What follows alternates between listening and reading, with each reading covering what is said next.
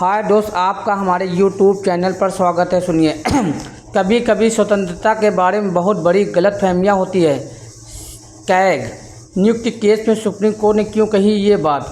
अगर आप नए हो तो हमारे चैनल को सब्सक्राइब कर लीजिए और बेल वाली घंटी बजा दीजिए, जिससे हमारा नोटिफिकेशन आपको मिले। हम सुप्रीम कोर्ट का ऑर्डर और हाई कोर्ट का ऑर्डर और कानूनी प्रक्रिया आपको सरल भाषा में समझाते हैं, जिससे कि आप हमारी भाषा को समझ सके और हमारी वीडियो को स्किप न कीजिए। क्या है मामला, पूरा सुनिए।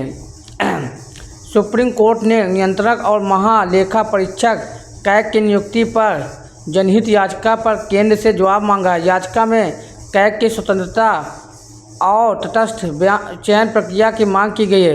वकील प्रशांत भूषण ने कहा कि कुछ राज्यों में कैग की ऑडिट को बाधित किया जा रहा है, यानी उन्होंने कहा कुछ राज्यों में इसको बाधित किया जा रहा है। प्रशांत भूषण ने कहा, जो सॉलिसिटर हैं।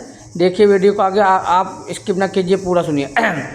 सुप्रीम कोर्ट ने सोमवार को उस जनहित याचिका पर केंद्र से जवाब मांगा, यानी उन्होंने केंद्र से जवाब मांगा जिसमें भारत के नियंत्रक महालेखक परीक्षक कैग की नियुक्ति केवल कार्यपालिका और प्रधानमंत्री की तरफ से करने के मौजूद चलन को संविधान का उल्लंघन घोषित किए जाने पर एवं महालेखा परीक्षक उल्लंघन घोषित किए जाने पर, सुनिए आगे क्या है मामला, किए जाने पर का अनुरोध किया गया है। जस्टिस सूर्यकांत और जस्टिस कोटेश्वर सिंह की पीठ ने गैर सरकारी संगठन NGO centre for public interest litigation की तरफ से दायर जनहित याचिका पर नोटिस जारी किया है।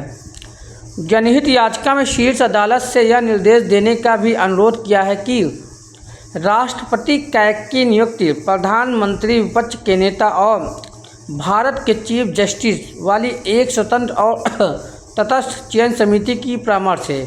यानी जो जनहित याचिका पड़ा है, शीर्ष अदालत से निर्देश देने को अनुरोध किया गया है कि राष्ट्रपति कैग की नियुक्ति और प्रधानमंत्री और विपक्ष के नेता तथा पारदर्शी तरीके से करें। इसमें कहा गया कि कैग की नियुक्ति का निर्देश सूचना आयोगों को आयोग और केंद्रीय सतर्कता आयोग सहित अन्य निकायों की नियुक्ति की समान होना चाहिए, यानी कि उसकी जो नियुक्ति हो समान होना चाहिए।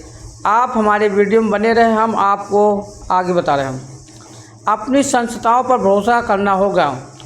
जब जस्टिस सूर्यकांत ने डिवीजन के बारे में सवाल किया तो भूषण ने कम रिपोर्ट और रुके हुए ऑडिट की ओर इशारा किया। फिर कोर्ट ने संविधान के अनुच्छेद 148 की ओर इशारा किया, अनुच्छेद 148 की ओर इशारा किया, और जिसमें कहा गया है कि राष्ट्रपति CAG को अपने हस्ताक्षर और मोहर के तहत वारंट द्वारा नियुक्त करेंगे। एडवोकेट भूषण ने बताया कि कोर्ट ने CBI प्रमुख की नियुक्ति और मुख्य चुनाव आयुक्त की नियुक्ति के मामले में भी हस्तक्षेप किया था। जस्टिस कांत ने तब कहा कि हमें अपनी संस्थाओं पर भरोसा करना होगा, यानी उन्होंने कहा कि अपनी संस्थाओं पर भरोसा करना। और एडवोकेट भूषण ने बताया कोर्ट में CBI प्रमुख की नियुक्ति और मुख्य चुनाव आयुक्त की नियुक्ति के मामले में हस्तक्षेप किया था। बहुत बड़ी गलतफहमियां होती है। बेंच में शामिल जस्टिस N कोटेश्वर सिंह ने कहा, कभी कभी हमें स्वतंत्रता के बारे में बहुत बड़ी गलतफहमियां होती है। भूषण ने चुनाव आयोग मामले में शीर्ष अदालत के फैसले की ओर इशारा किया। भूषण ने चुनाव आयोग के मामले में जिसमें कहा गया था कि चुनाव निकाय के सदस्यों की नियुक्ति करने वाले पैनल में प्रधानमंत्री, विपक्ष के नेता और भारत के चीफ जस्टिस शामिल होना चाहिए। यानी कौन कौन शामिल होना चाहिए? प्रधानमंत्री, विपक्ष के नेता और अदालत ने तर्क दिया था कि पैनल की संरचना को कार्यपालिका पर छोड़ना लोकतंत्र के स्वास्थ्य के लिए हानिकारक होता है। यानी उन्होंने कहा कि इसको कार्यपालिका पर छोड़ना ये खतरनाक है। बाद में केंद्र के नियमों में फेरबदल करते हुए भारत के चीफ जस्टिस को पैनल से हटा दिया गया था और एक मंत्री को जोड़ दिया था। अदालत अब इस घटना को लेकर चुनौतियों की सुनवाई कर रही है, यानी कि मतलब चीफ जस्टिस को हटा के एक मंत्री को जोड़ दिया गया, जो कि गलत। अदालत अब इस कदम को लेकर चुनौतियों की सुनवाई कर रही है। आप लाइक कीजिए, सब्सक्राइब कीजिए। धन्यवाद।